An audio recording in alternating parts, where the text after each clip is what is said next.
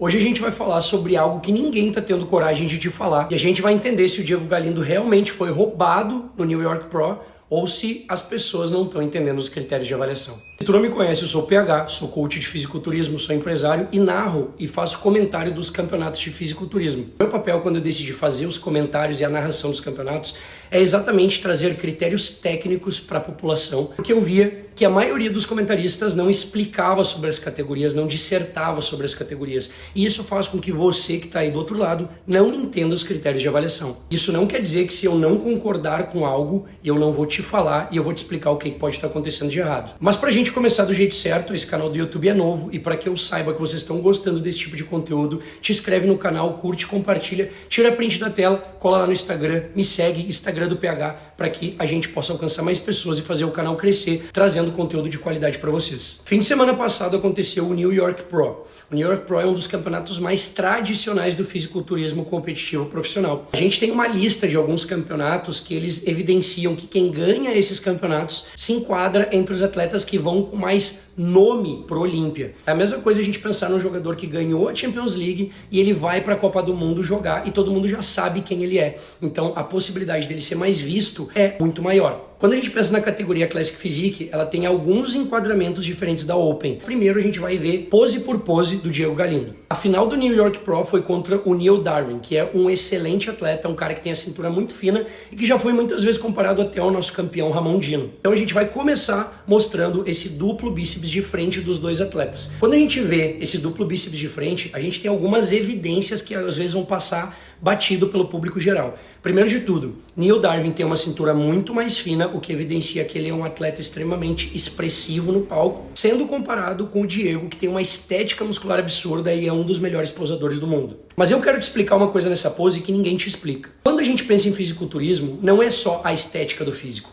Eu e você que estamos vendo esse vídeo, a gente sempre vai priorizar a estética do físico. Eu sou um atleta que compito na Classic Physique porque eu amo a estética do físico. Você ama a Classic Physique e o Ramon Dino e o Diego porque a estética do físico é bonita. Então isso é a primeira coisa que chama a atenção dos nossos olhos quando a gente visualiza um físico, é o quão bonito esse físico é, o quanto ele flui. E não tem dúvidas que o físico do Diego é muito mais bonito do que o Neil Darvin. Mas quando a gente pensa em fisiculturismo, a gente tem detalhes muito expressivos. Quando a gente está num alto nível, os top 5 normalmente, eles vão ter mais ou menos 1 ponto ou 2 de diferença um do outro. Por isso que eu vi muita gente comentando, não foi decisivo, o Diego Galindo perdeu por 1 ponto. Mas no alto nível é comum o atleta perder por 1 ponto, porque todos os atletas estão meio parelhos. E daí resta para o árbitro evidenciar o detalhe, ver exatamente a diferença minuciosa de um atleta ao outro. E quando a gente pega essa pose de frente, a gente vê que o Neil Darvin, ele tem mais maturidade muscular. Como a gente pode ver isso? Se você traçar uma linha do tronco dele com o tronco do Diego Galindo, você vai ver que embaixo os dois têm membros inferiores extremamente definidos, densos e com profundidade de corte. Profundidade de corte é o que evidencia que o atleta tem mais maturidade muscular, ou por genética ou por tempo de treino. Agora eu quero que você suba o seu olho e aprenda a acessar o atleta como o árbitro acessa. O árbitro acessa o atleta de baixo para cima e vai subindo. Então a gente consegue ver que o Neil Darvin e o Diego Galindo, se a gente traçar uma linha no meio do físico deles, a gente vê que os dois são extremamente simétricos e a gente vê que a maturidade das pernas do Neil tem o mesmo nível de maturidade, de densidade, de profundidade do tronco. Onde a gente consegue ver isso? Nas sombras. Olhem a sombra do abdômen do Neil. Olhem a sombra do peito do Neil. Olhem a sombra do latíssimo dorso, que parece que tem uma escadinha entre o mamilo dele e até o final do latíssimo dorso na pose duplo bíceps de frente. Quando a gente vai para o Diego Galindo, a gente olha ele no tronco da cintura para cima, a gente consegue ver que falta um pouco de maturidade muscular. Porque se a gente começar a procurar no físico dele, da cintura para cima, esses detalhes de sombreamento, a gente não consegue ver igual a gente tem no Neil. Que fique claro para vocês, meus manos e minhas manas, que esse é o critério mais importante no fisiculturismo.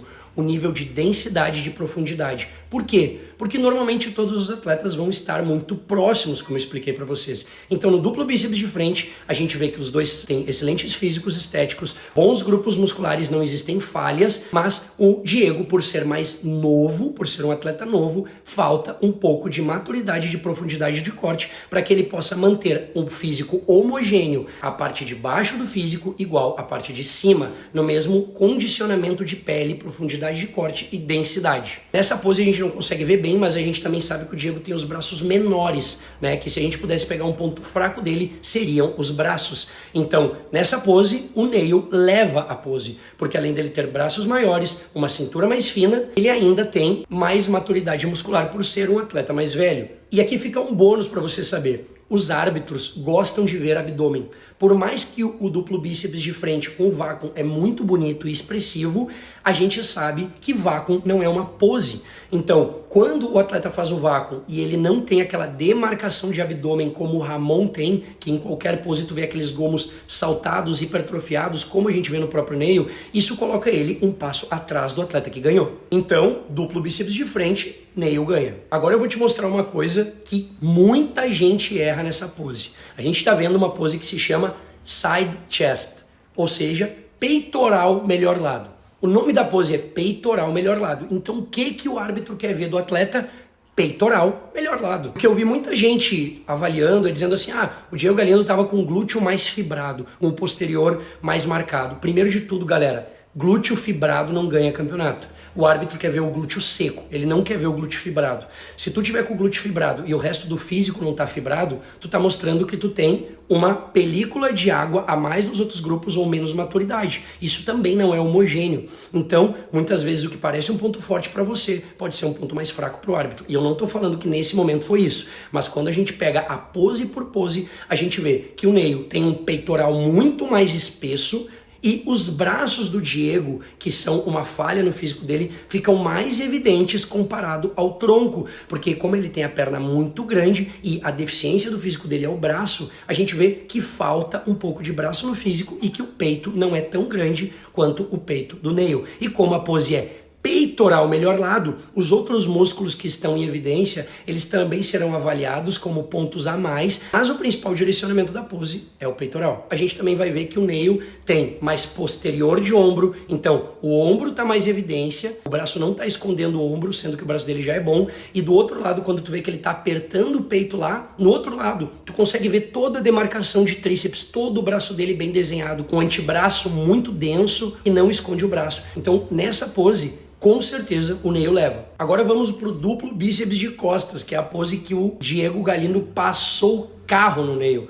Não teve nem conversa. Essa pose é completamente dele. Nessa pose, para mim, o Diego só se compara em nível de muscularidade, beleza com essa pose, com o próprio Josema. Reparem como aquilo que eu falei para vocês na pose de dupla bíceps de frente, a gente não vê na pose de costas do Diego. Ou seja, além de ele estar extremamente homogêneo, se a gente traçar uma linha reta do tronco para baixo e para cima, a gente vê que ele tá com uma película igual, então não tem água sobreposta nos membros superiores diferente dos membros inferiores. Ele tem muita profundidade de corte, ele tem desenho de upper back e low back, então a dorsal em cima e a dorsal embaixo com a mesma profundidade, uma lombar extremamente fibrada e com músculos pronunciados para fora, o que diz que ele tem mais volume de carne, mais densidade, mais muscularidade, tanta simetria quanto, excelentes proporções e definição. Então, nessa pose, o Diego Galindo, incontestavelmente, foi o melhor atleta do campeonato. Daí a gente tem mais um ponto que você que está do outro lado não consegue ver,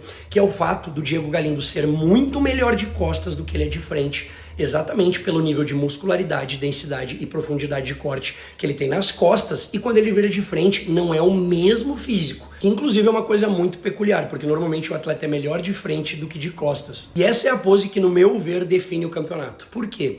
Além do Neil ter a cintura mais fina que a do Diego, ele também tem os braços maiores. O fato de ele ter uma cintura mais fina, quando ele vai montar uma pose e colocar os braços atrás da cabeça, empurrar a cabeça, a dorsal dele salta e ele consegue ficar com uma cintura ainda mais fina, além de ter o abdômen extremamente hipertrofiado. E daí, novamente, vamos lembrar o nome da pose: abdominais e coxas. Então, os outros músculos serão avaliados, mas a priori é avaliar como está o abdômen do atleta e as coxas. Na minha opinião, o Diego perdeu um pouco de size, perde um pouco de tamanho nessa pose, exatamente porque a dorsal dele não saiu como estava saindo de costas. Reparem que nessa pose ele parece ter um físico mais blocado, o que não deixa aquele aspecto de cintura tão fina quando ele está fazendo um duplo bíceps de frente e de costas, que ele tem uma dorsal extremamente especilateralizada. Então, terminando a nossa avaliação, o que a gente consegue evidenciar é que, por mais que o Diego é um atleta incrível que eu digo que no meu ver, ele vai chegar mais longe ainda que o Neil, porque ele é novo, só que esse aspecto de novo no fisiculturismo é sempre um problema quando a gente coloca no palco com atletas que têm mais maturidade muscular, porque o árbitro vai ver que aquele músculo ainda não está profundo o suficiente, maduro o suficiente, para que ele fique com um físico extremamente homogêneo, ou seja, parte de baixo do físico, com a mesma película de água ou não da parte de cima, com a mesma densidade, mesma profundidade de corte, sem perder simetria, condicionamento e volume. Agora, uma coisa que eu quero deixar bem claro para você que está vendo o vídeo. Muitas vezes isso acontece, o nosso olho é viciado em ver o que a gente quer ver. Porque nós, dentro da nossa mente, a gente tem um padrão de estética que a gente acha mais bonito. E quando a gente coloca o Diego junto com o Neil, é óbvio que o Diego é muito mais bonito, o físico flui melhor, ele posa melhor, ele é mais expressivo. Mas quando a gente está falando de fisiculturismo competitivo, a gente tem que entender o critério. Se a gente entende o critério, a gente entende por que as coisas acontecem. No último vídeo, se você não viu o vídeo, vai no meu primeiro vídeo aqui, que eu fiz um vídeo falando sobre o Rafael Brandão ter perdido e o Michael Chris ter ficado em segundo, que eu também não concordei. Mas nesse caso, na Classic Physique, eu acredito que o julgamento foi muito justo. O que a gente precisa são mais comunicadores de fisiculturismo vindo aqui explicar para você por que acontece e quais são os critérios, para que você não ache que está sendo enganado e os atletas estão sendo roubados. Agora eu quero saber a tua opinião. O que tu acha que falta nos campeonatos de fisiculturismo para que o público geral consiga entender um pouco mais os critérios e como isso poderia ser resolvido para que você tenha mais conhecimento sobre isso. Se tu gostou desse vídeo, curte e compartilha, que mesmo sem voz eu tô aqui gravando. Esse é o segundo vídeo do canal, então te inscreve no canal, deixa teu like, deixa teu comentário, ativa o sininho para tu receber as notificações, me segue no Instagram, tamo junto e é nóis.